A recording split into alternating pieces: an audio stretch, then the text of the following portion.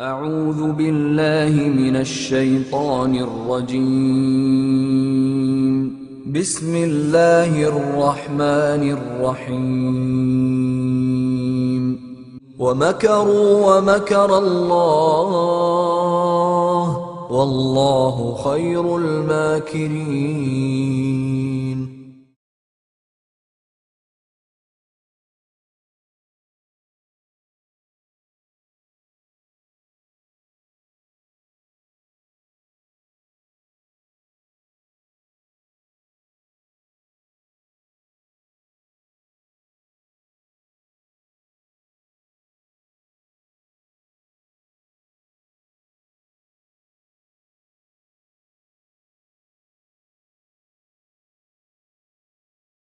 وَدَّت طَّائِفَةٌ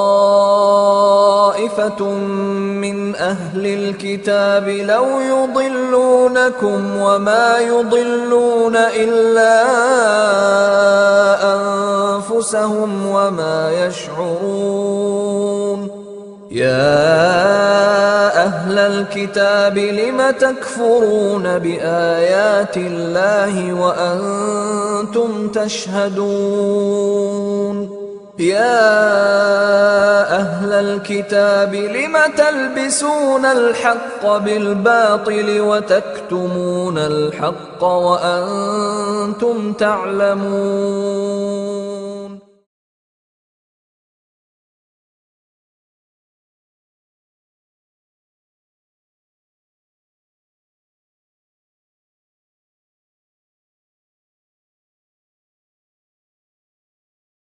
Which other elements within this passion play, within this myth, have parallels with Christianity?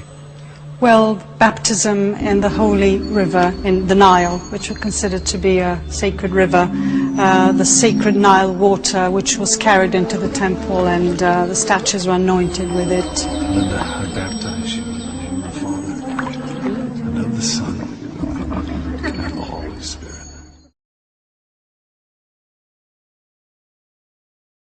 The eating of corn bread as the body of Osiris, because corn came about through the sacrifice of Osiris. So this whole eating of bread and drinking of beer that issued from the risen God is also paralleled by the Eucharist Mass in Christianity. So the corn bed and the beer are paralleled today by having the bread and the wine. Exactly.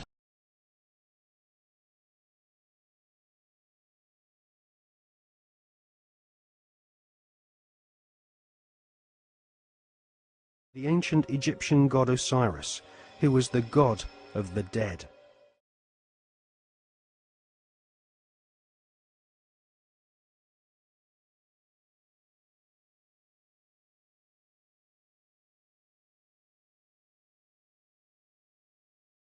Another thing they had to do is to implement another feast or festival called the Feast of Ishtar.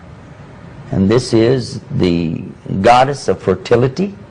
This is why they have the reference here now to the eggs, yeah, and to the rabbits, because they multiply quickly. So it was a fertility festival from the goddess Ishtar, which we today call Easter. That's where your Easter eggs, your bunnies, and all the rest of it come from. This has nothing to do whatsoever with Christianity.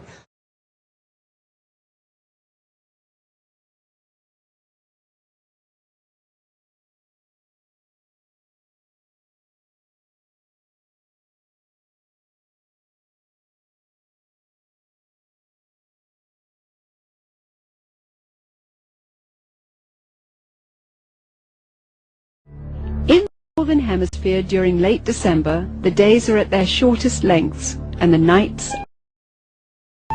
For those of the pagan world, this has always been the greatest time of the year to celebrate and practice the works of darkness.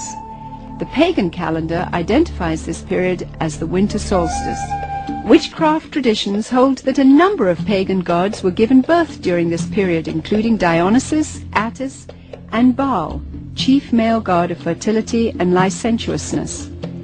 Another pagan god from Persia, identified as Mithra, was said to have been born specifically on December 25th. Mithra was the god of the unconquerable sun. During the month-long winter solstice celebration, courts in Rome were closed. Any and all crimes were allowed. Homosexuality, cross-dressing, and uncontrolled debauchery reigned supreme.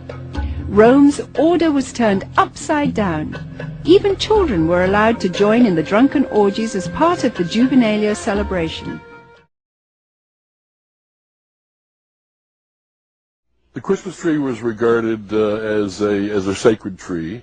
The pagans of northern typically worshipped trees. They regarded trees and groves as sacred. So the bringing of the tree into the house would be a way of bringing a supernatural source of blessing into your home. That was the whole idea, that there were spirits who resided in the tree.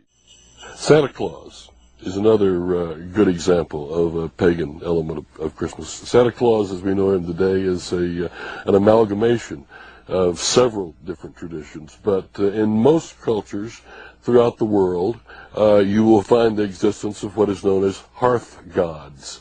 Gods who guard the hearth and the chimney and keep the fires burning and make sure the food cooks properly and the people are warm and what have you.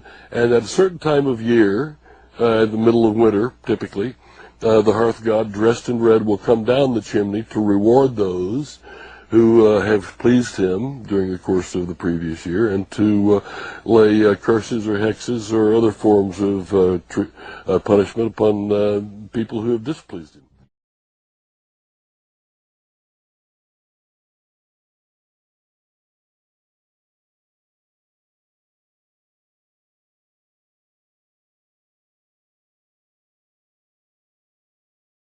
The drinking of human blood and the sacrifice of children was performed to please the alien gods who had invaded from the stars.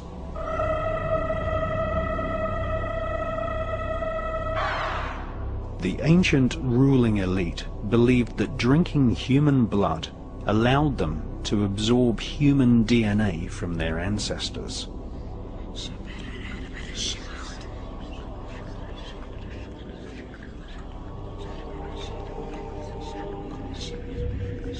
The Vatican continues this ancient blood-drinking ritual to this day with the symbolic drinking of the blood of Christ.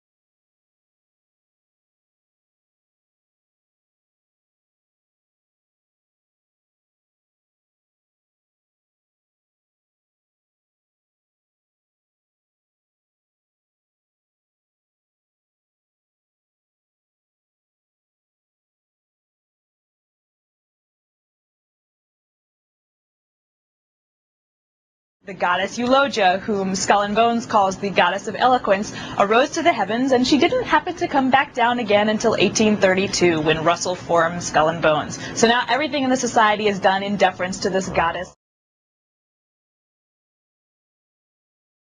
When Constantine convened this council, what he was looking for is absolution. He wanted to be rid of his guilt and sin for having drowned his, or actually boiling his wife and boiled his son, because of the fear that they would try to compete with him for his position. Talk as about emperor. insecurity, huh? Well, in any case, he found a way to get it done. It was through this one sect of Christianity said that if he would say that Jesus was the Son of God and died for his sins, then they would forgive him of his sins. Yeah, interesting. And then the trade-off was then that the Roman government would now be forced to accept this particular sect of Christianity as the royal or the official church of the realm.